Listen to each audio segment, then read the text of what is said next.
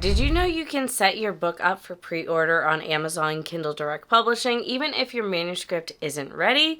If you didn't, then hello, this is what we're doing today. I'm doing a full step-by-step tutorial of getting your book up on Amazon as a pre-order.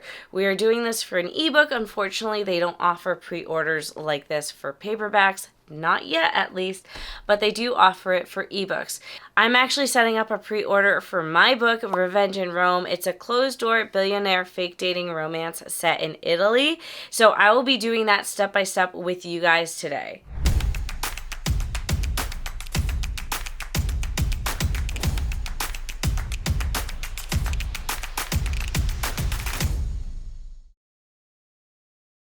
Hello everyone, my name is Mandy. I'm an author, the creator of the Book Launch Planner series, and I also have courses on book cover design and book formatting.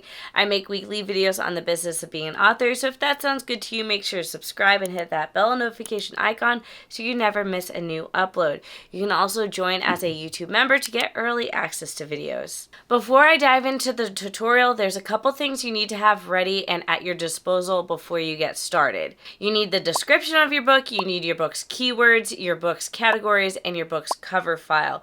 Now for keywords and categories, I actually use a software called Publisher Rocket to do all my research. I already did that ahead of time. I'll show you the document when we get to that point, but I just wanted to note that you want to have all these files and information ready to go. It'll make the uploading process much smoother. With that said, let's jump into KDP and start the process. Alright, here we are in KDP, and then I also have my metadata file. So again, like I talked about earlier, I did research ahead of time to create this document. It's just a Google Sheet document. I have keywords and categories picked out for both my book and my ebook. Today we're just doing the ebook. Now again, I use a software called Publisher Rocket to do all this research. It allows you to look up keywords and categories to see which ones are best performing, which ones need the fewest book sales for you to rank, and a lot of other cool fun things.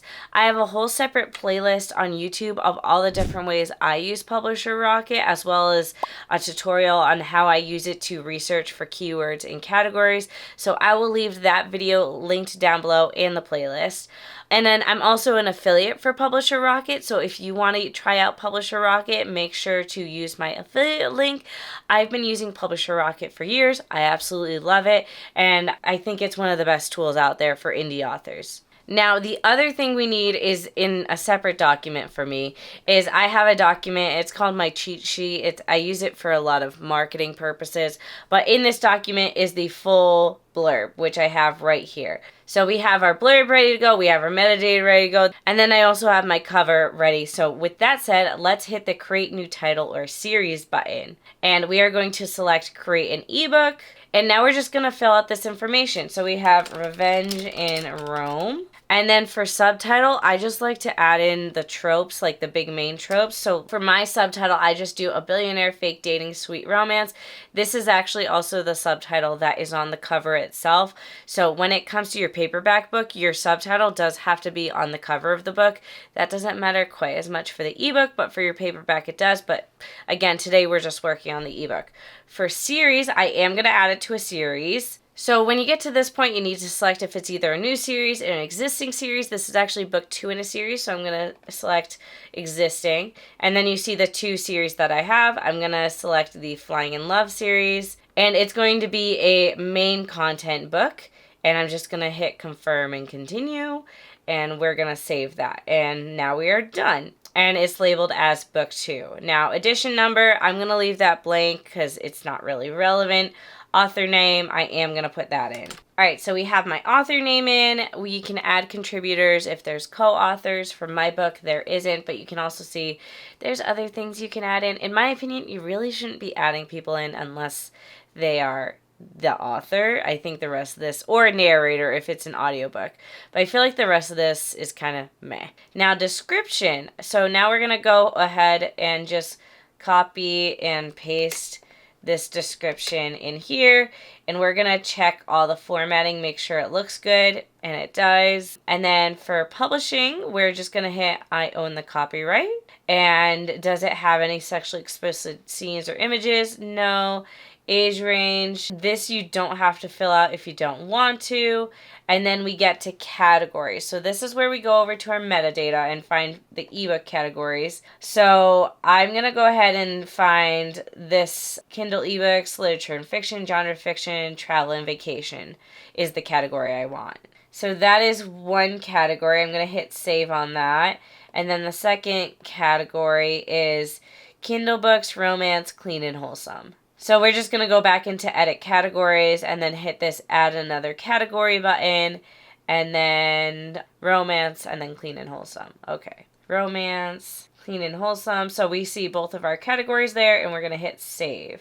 Now it's time to put in the keywords. And again, for this, I can just copy and paste the keywords that I researched ahead of time. And by doing this, we are just saving ourselves a lot of time. All right, so we've got our categories, we've got our keywords, pre-order. So this is where we want to change things. So we could hit that we want to release the book now. That way, when we finish all this, we'd hit the publish button and it would release essentially immediately. They say 72 hours, but it typically takes significantly less time than that. But I want to hit make my Kindle ebook available for pre-order.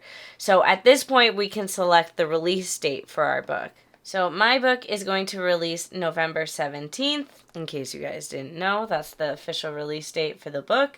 It's also going to be available on Kickstarter. So if you're a fan of the book, you can get early access to the book as well as special editions of the book by following the Kickstarter. So make sure to follow the Kickstarter. The link will be down below. Otherwise, the book itself is releasing November 17th. So I'm going to hit save and continue. And now we are on to content. So we are talking about the book itself. So this is where it's asking us about the manuscript. And basically it's just asking whether or not we have a file to upload. And if you have your file and it's done, it's ready to go, you can upload it now. Or if you're not ready, you can hit the no, I'll upload the file later. So because I selected that the release date is November 17th, it's telling me that I need to have the final file uploaded by November 13th. So be very mindful of that. You don't want to miss your deadline. And then I also don't recommend uploading a file for the sake of uploading a file, because God forbid you forget to update that, then you'll publish a book with the wrong file, and you do not want to do that. So now let's move on to the digital rights management. So this is where things get confusing. Everyone gets confused by digital rights management, and I feel like it's also a controversial thing on how you should actually handle it. Digital rights management is designed to protect the copyright of your book, and it stops people from easily sharing the ebook file to other people. It stops people from having like the ebook file itself, and then it also stops them from having a PDF file of the book to share and move around. Now, with that said, most people are automatically like, yes, I want to apply digital rights management to my book. I actually don't recommend that. I always select no, do not apply. And, you know, it might scare you because it says allow customers who buy this book to download it as a PDF or EPUB file. And I understand that that's a scary thing, giving a digital version of your book to someone permanently and like that they can do stuff with it. Because automatically you're like, oh my God, people are going to pirate my book. But here's the thing is, a customer bought the book. They bought the book. It's the same as if they bought the paperback and now they own it. As an ebook, they bought the ebook and now they own the ebook and they can do with that ebook what they want. And I know it's going to sound like it's going to be much easier for your book to get pirated, but at the end of the day, your book's going to get pirated no matter what. Maybe this is a controversial opinion, and maybe I need to do a separate video about it. If you do want me to do a separate video, let me know in the comments down below. But your book's going to get pirated probably no matter what. And the people that read pirated books weren't going to pay to read your book anyways. So I like to make the purchase as customer friendly as possible. So that's why I hit no. If you want me to do a separate video on this topic, let me know, but that's my quick and dirty explanation.